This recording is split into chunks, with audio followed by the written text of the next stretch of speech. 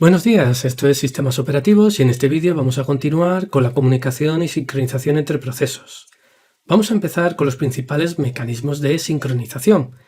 Para ello recordemos que los mecanismos de sincronización en el vídeo anterior vimos que permiten indicar la intención de entrar y salir en una sección crítica de manera que se cumplen tres condiciones principales. Primera, solo un proceso está en la sección crítica a la vez.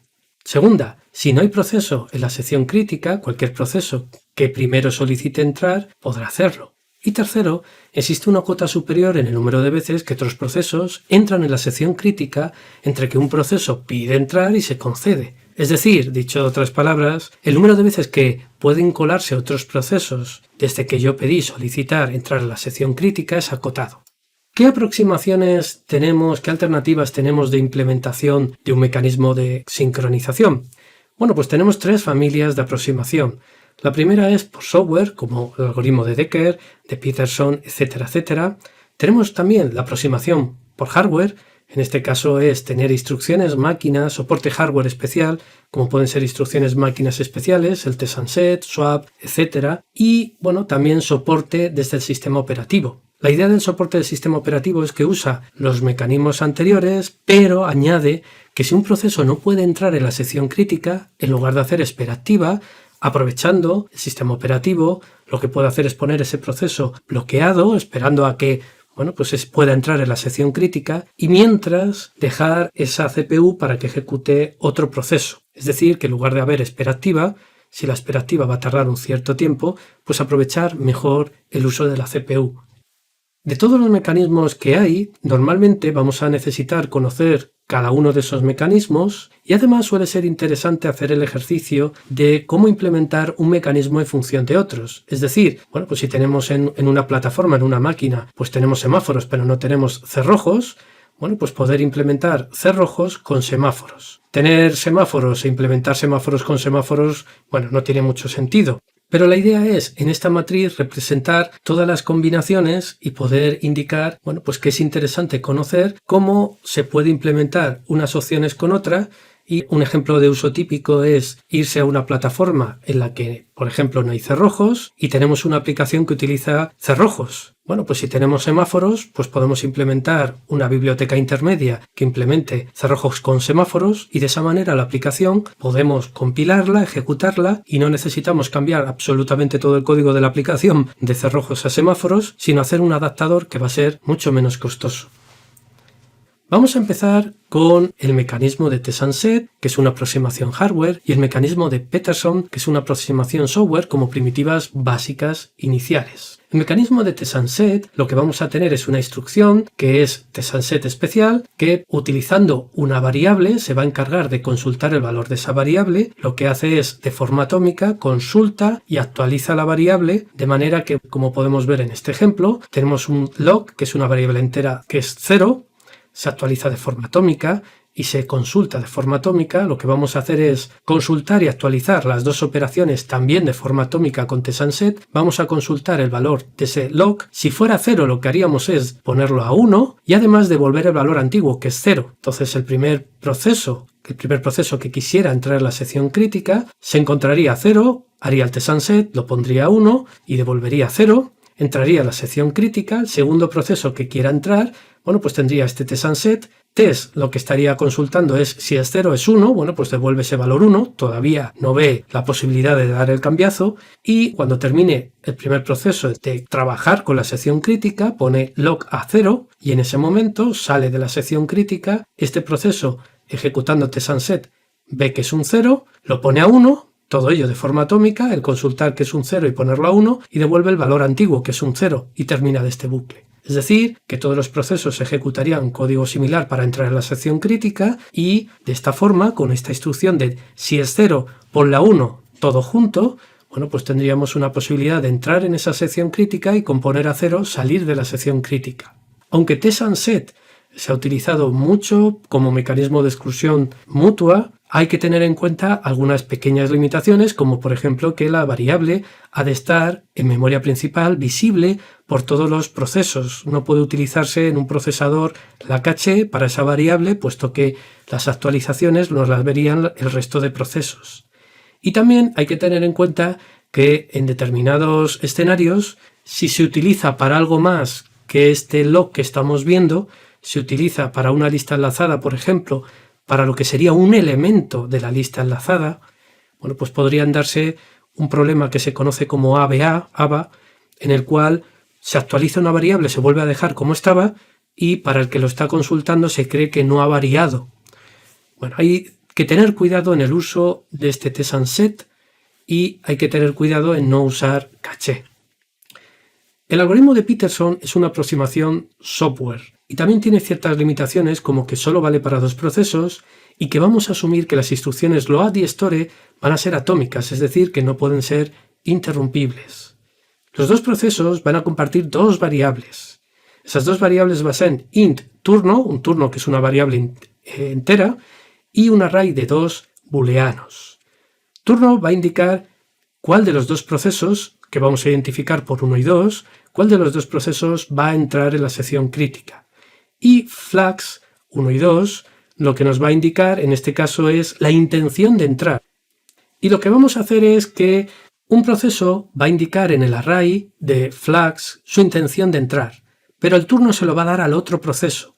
Y lo que va a hacer una espera activa, decir, mientras el otro proceso tenga intención y tenga el turno, espero.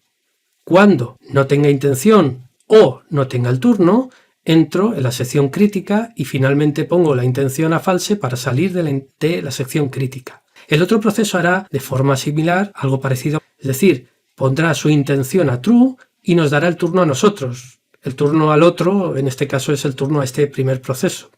Y se quedará en un bucle diciendo, mientras el turno no lo tenga yo y la intención la tenga el otro, primer proceso que hemos comentado, se queda en espera. Y cuando termine, pues pone su intención a falso. De esta manera, bueno, pues se permite un mecanismo de exclusión. Lo único que pasa es que van a entrar de forma alternativa un proceso y otro proceso. Si un proceso quiere volver a entrar, bueno, pues tendrá que esperar hasta que el otro proceso haya entrado para que nos deje el turno. Es decir, que tenemos una espera acotada. Para tener un mecanismo un poco más evolucionado y además soporte del sistema operativo, que si un proceso no puede entrar en una sección crítica, pues se pueda pasar a bloqueado y ejecutar otro proceso, tenemos un mecanismo que es el de semáforos. La idea de un semáforo es que lo podemos ver como una variable entera con 3 operaciones atómicas asociadas. La primera es la de inicialización a un valor no negativo. La segunda operación es wait. SendWait lo que va a hacer es decrementar el contador interno de ese semáforo y si es negativo, el proceso que llama wait se bloquea.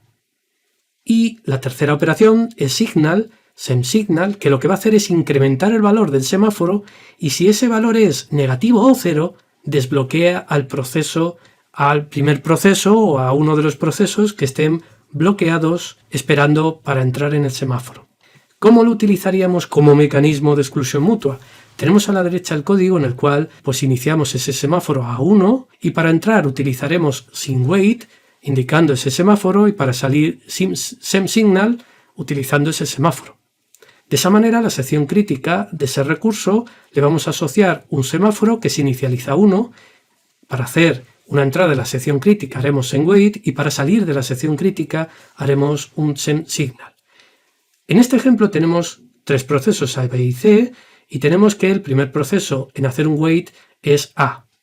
Como hemos inicializado el semáforo a 1, pues lo que hacemos es que ese proceso A entra a la sección crítica como tenemos aquí indicado. Si el proceso B hace un wait, bueno, pues ese proceso B ve un 0, al disminuirlo a 1, pues es negativo, con lo cual B queda en la lista de bloqueados esperando. Si bien el proceso C, mientras el A está en la sección crítica y hace un wait, ve un -1, al restarle 1 quedará un -2 y ambos procesos B y C quedan bloqueados. Cuando termine el proceso A va a hacer un signal, vamos a coger el primero de la lista de los que estén bloqueados, lo que vamos a hacer es que B va a ser el que entre en la sección crítica y lo que hará en ese signal es, como vemos, aumentar en 1 y vemos que si es negativo o 0, pues dejamos que entre B. Cuando B termine hace un signal y ese -1 se incrementa, pasa a 0 y lo que haremos es que entre el primero, quede desbloqueado el primero de la lista de bloqueados que era C y este pasará a la lista. Al final hará un signal, se incrementará en 1 y como ya es un número positivo no hace falta despertar a ningún proceso. Por ello, los ejemplos típicos de uso de ese semáforo van a ser, como vemos, estos tres escenarios: la señal, el mutex y el equipo. En la señal tenemos el semáforo inicializado a 0, en el mutex a 1 y en el equipo, en este caso, a un valor mayor que 1, a 10. En la señal lo que vamos a hacer es que un proceso se va a quedar esperando a que el otro proceso le indique que ha pasado un evento. Cuando ha pasado ese evento, lo que hace es un signal, con lo cual, pues desbloquea el primero. No queremos, en este caso, utilizarlo como un mecanismo de exclusión mutua, sino más bien como una especie de barrera para que un proceso espere hasta que el otro proceso le indique que sí puede continuar. Si tenemos un valor 1 como valor inicial, este es el típico caso de uso para exclusión mutua y sería como un mutex. Lo que vamos a hacer es que esa sección crítica que tiene ambos procesos, cuando un proceso A quiere entrar, pues utiliza un wait, que ponemos aquí como un P, y cuando quiere salir utiliza un signal, que tenemos aquí como una letra V. Y de esa forma, pues el primero que hace un wait entra a la sección crítica y cuando hace un signal hace que el otro proceso se desbloquee. Utilizar P y V, además de por temas de que quepa mejor, es porque en el artículo original de Distrat, pues por el lenguaje inicial que se utilizaba, pues se utilizaba P para hacer el wait y V para hacer el signal. ¿Qué pasa si inicializamos a 10? No a 0, no a 1, sino a 10. Pues en este caso no estamos hablando de una sección crítica, sino estamos hablando de una sección de código en la que queremos que como máximo haya 10 procesos. Puede haber menos, pero como máximo 10 procesos. Por ejemplo, si queremos modelizar un parking que tiene 10 plazas de garaje y solo queremos que puedan entrar 10 procesos en ese parking, pues podríamos tener una especie de barrera de entrada a las puertas del parking, que sería ese semáforo, y lo que hacemos es, cada vez que queramos entrar, pues hacemos una operación de P, y si hay plazas libres, pues se nos abrirá la barrera, y si no, pues tendremos la barrera cerrada hasta que salga algún coche y levante con ese V, con ese signal, alguna barrera. Entonces, para problemas en los cuales hay que permitir un máximo de procesos que estén en una sección de código, que no sería crítica en este caso, pero que queremos limitar el número de procesos que pueden estar, pues podríamos utilizar un semáforo con un valor no binario, no 0 ni 1. ¿Qué problemas clásicos de concurrencia podemos encontrar? Por un lado hemos visto los mecanismos de sincronización, que hemos visto desde software, hardware, como aportados por el sistema operativo, pero por otro lado también vamos a ver distintos problemas clásicos de concurrencia como el productor-consumidor, lectores-escritores, también hay muchos más. Existe también el de la cena de filósofos, que recomiendo también su lectura, etcétera, etcétera. La idea al final es que podamos solucionar esos problemas clásicos de concurrencia con los distintos mecanismos de sincronización y rellenar esta tabla. Si aprendemos, por ejemplo, productor-consumidor con semáforos, lectores-escritores con semáforos y así sucesivamente, pues no solo nos va a interesar por conocer y ejercitar cómo resolver problemas de concurrencia, sino porque además es posible que los problemas que tengamos en la vida real podamos detectar cuando aparecen esos problemas de concurrencia. Tengamos un problema que digamos, pues este parking se parece a un productor consumidor junto con un lectores escritores o un lectores escritores con una condición específica. De esa manera lo que podemos hacer es, si aparece una o varias combinaciones de estos problemas clásicos, es utilizar las soluciones ya existentes en nuestro problema y es más fácil la resolución. Por ello vamos a empezar por el primer problema clásico que tenemos, que es el de productor-consumidor. El problema del productor-consumidor tiene tres elementos: el productor, el consumidor y un buffer intermedio.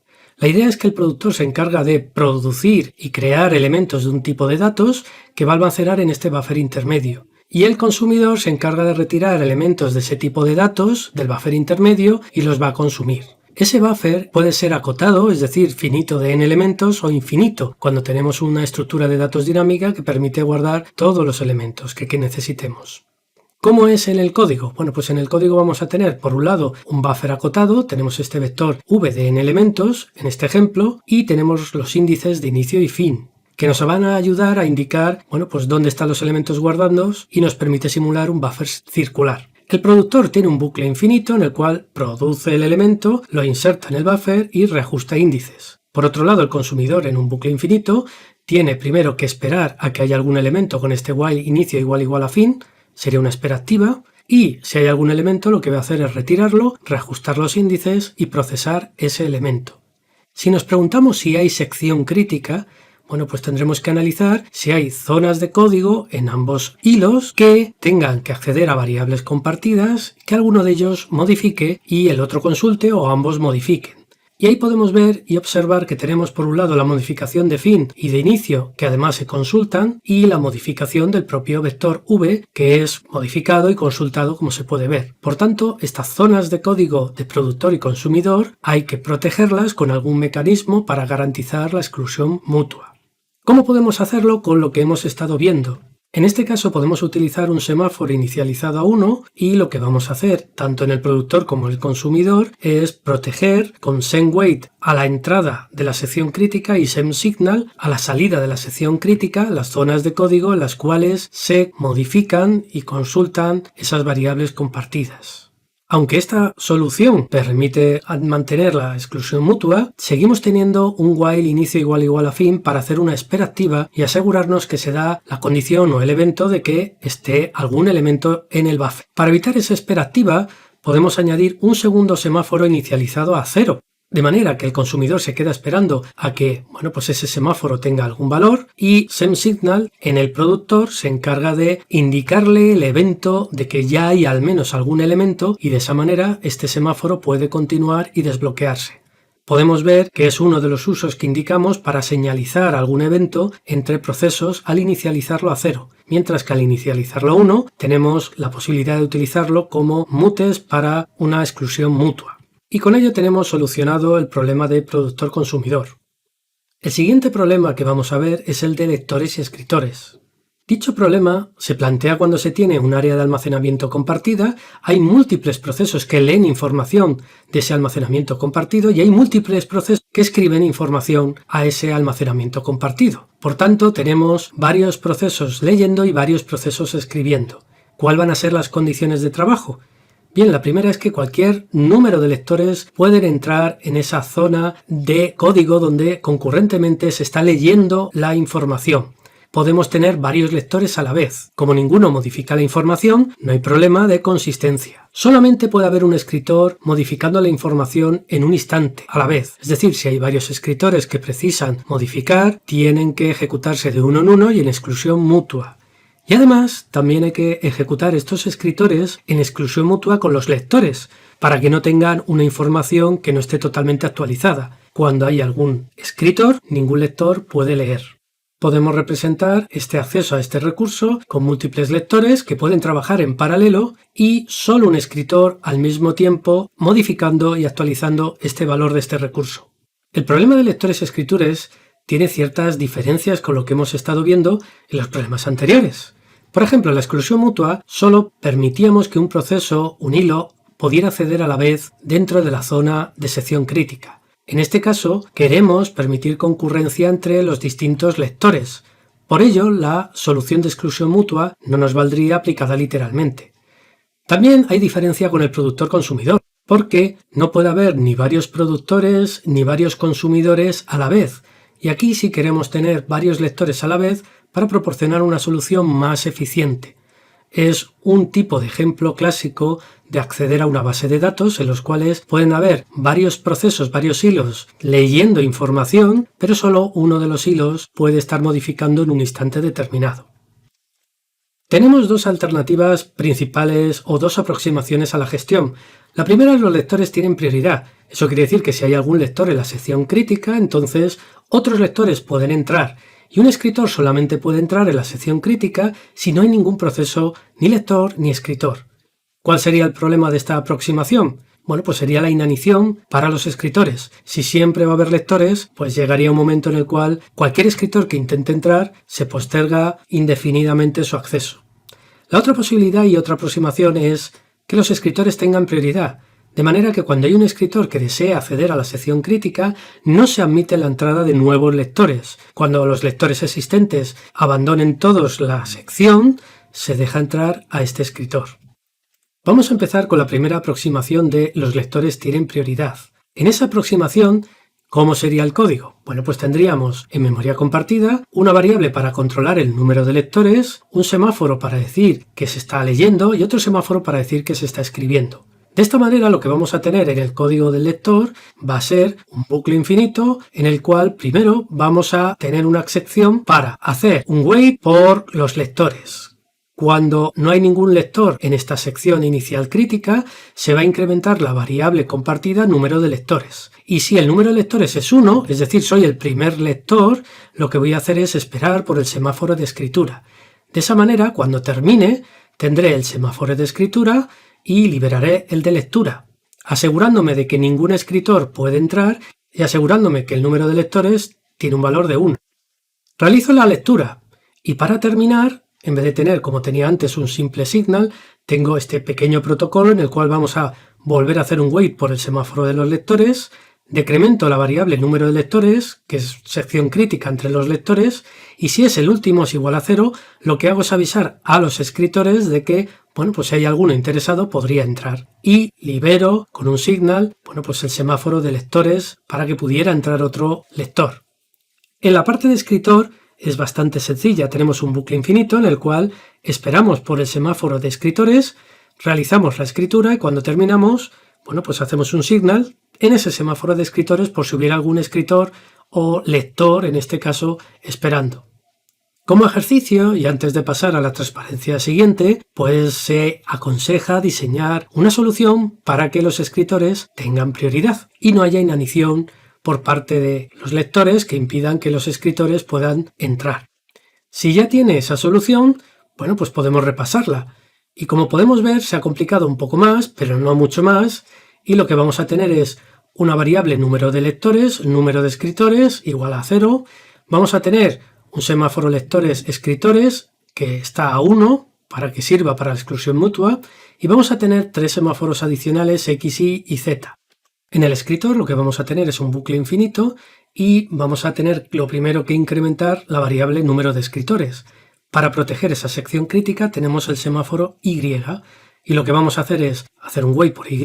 Una vez que entramos, incrementamos el número de escritores y si es igual a 1, es decir, somos el primer escritor, lo que vamos a hacer es adquirir el semáforo de los lectores para asegurarnos de que no entre ningún lector más. Cuando terminemos, liberamos con un signal el semáforo Y. Y de igual forma, el protocolo de salida va a ser similar. Vamos a tener que hacer un wait de Y, decrementamos el número de escritores. Si es 0, hacemos un signal para notificar a los lectores y de esa manera liberamos con un signal el semáforo Y. Entre medias, para proteger la zona de escritura, tenemos el semáforo de escritor que tenemos aquí. Por otro lado, en el lector, bueno, pues entrando desde dentro hacia afuera tendremos el semáforo X que hace las labores parecidas al Y y lo vamos a utilizar para cuando incrementemos el número de lectores asegurarnos de que solo nosotros accedemos para incrementar esa variable. Si somos el primero, hacemos un wait por escritores para asegurarnos de que no entra ningún escritor más y cuando terminemos indicamos que hacemos un signal sobre X, sobre el semáforo de lectores y sobre el semáforo Z. Para salir es similar, vamos a utilizar el semáforo X, vamos a decrementar el número de lectores, si es el último, hace un signal para avisar a los escritores que precisen entrar. Y con esto termina este vídeo de comunicación y sincronización entre procesos.